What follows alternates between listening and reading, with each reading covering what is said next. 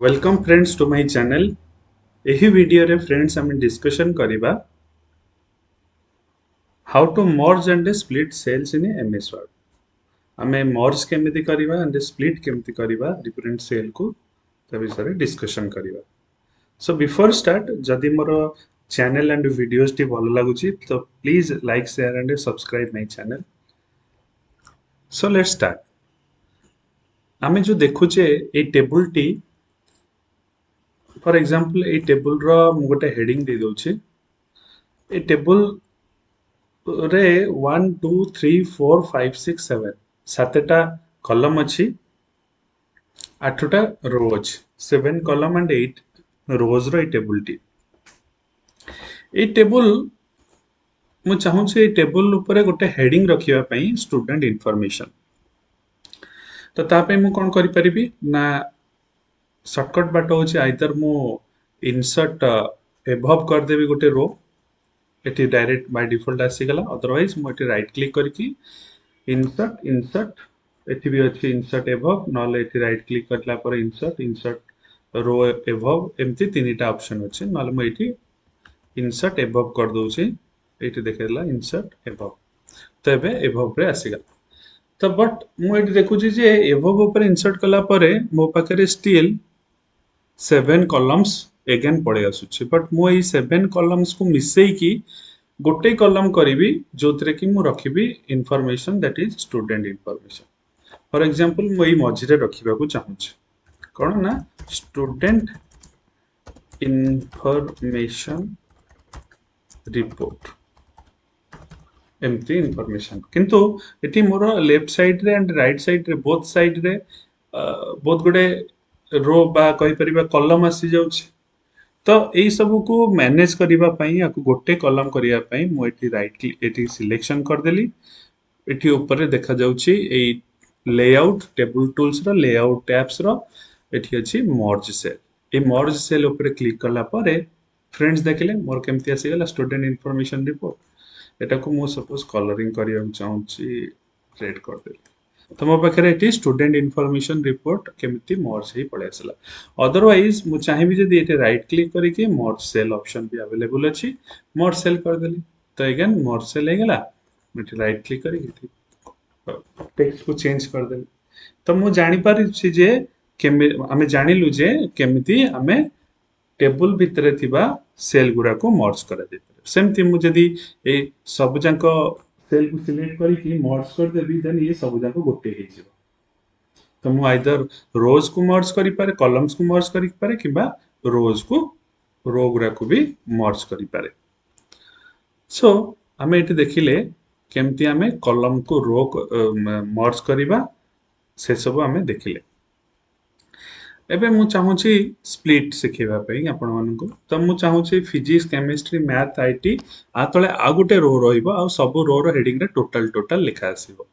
तो आकु करिबा पई कि नाम फास्ट मते सिलेक्ट कर देबा को पड़िबो जो कॉलम्स गुरा को नेकी मु स्प्लिट करिवि। एटी मते स्प्लिट सेल ऊपर क्लिक करिया को पड़िबो।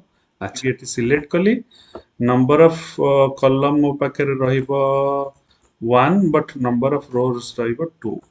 ओके एबे देखि पारले फ्रेंड्स। तो मु एटी कोन कली ना कॉलम गोटे रहिला सिलेक्ट बा दीटा रो रे कन्वर्ट कली। सेमती एटी सिलेक्ट करिवि split cell number of columns केते रहइबो 1 नंबर ऑफ रोज रहइबो 2 मर्ज हे गेला। तो एटा को स्प्लिट सेल मु कर दउ छी। एटी मर्ज टा को काटि दबा 1 रहइबो नंबर ऑफ रोज हे जिवो 2। तो एबे देखि पारले फ्रेंड्स। तो मु कोन कली ना तळे आ गोटे एक्स्ट्रा सेल को स्प्लिट कर देली एंड एठी मु देखिबी टोटल लिखली टोटल एठी लिखली टोटल एंड एठी लिखली टोटल। एबे टोटल मु ऐड कर दे। तो मु एठी जानली जे ये वैल्यू अछि मोर टोटल वैल्यू। तो एठी मु देखि पारले फ्रेंड्स एठी हमें बुझी पारिले जे हमें स्प्लिट केमति करिबा सेल। ओके देन कौन अच्छी ना एटा हमें करिकी देखले देन हमें अच्छी स्प्लिट टेबल। फॉर एग्जांपल मु ए टेबल टा को चाहूची दीटा भाग रे डिवाइड करिबा पई।